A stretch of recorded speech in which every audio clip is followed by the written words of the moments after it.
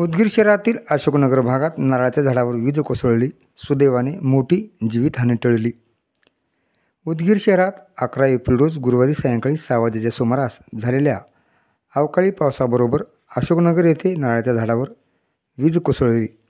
मात्र सुदैवाने कोणतीच जीवितहानी झाली नाही. नारळाच्या झाडावर वीज कोसळल्याने झाडावर आग लागली आहे.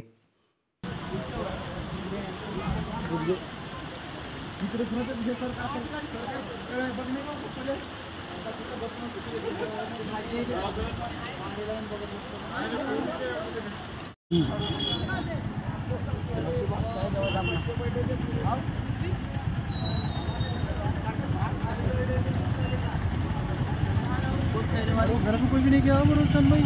हाँ है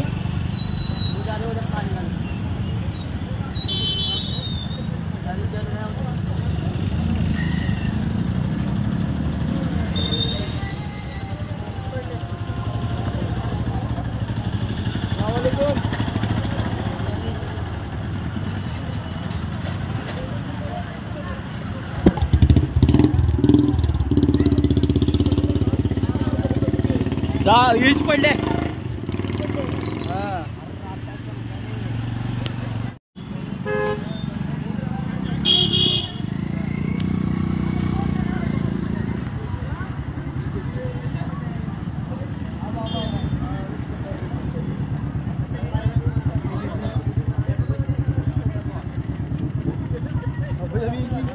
नहीं आती, डबल नहीं गिरती एक ही जगह पे.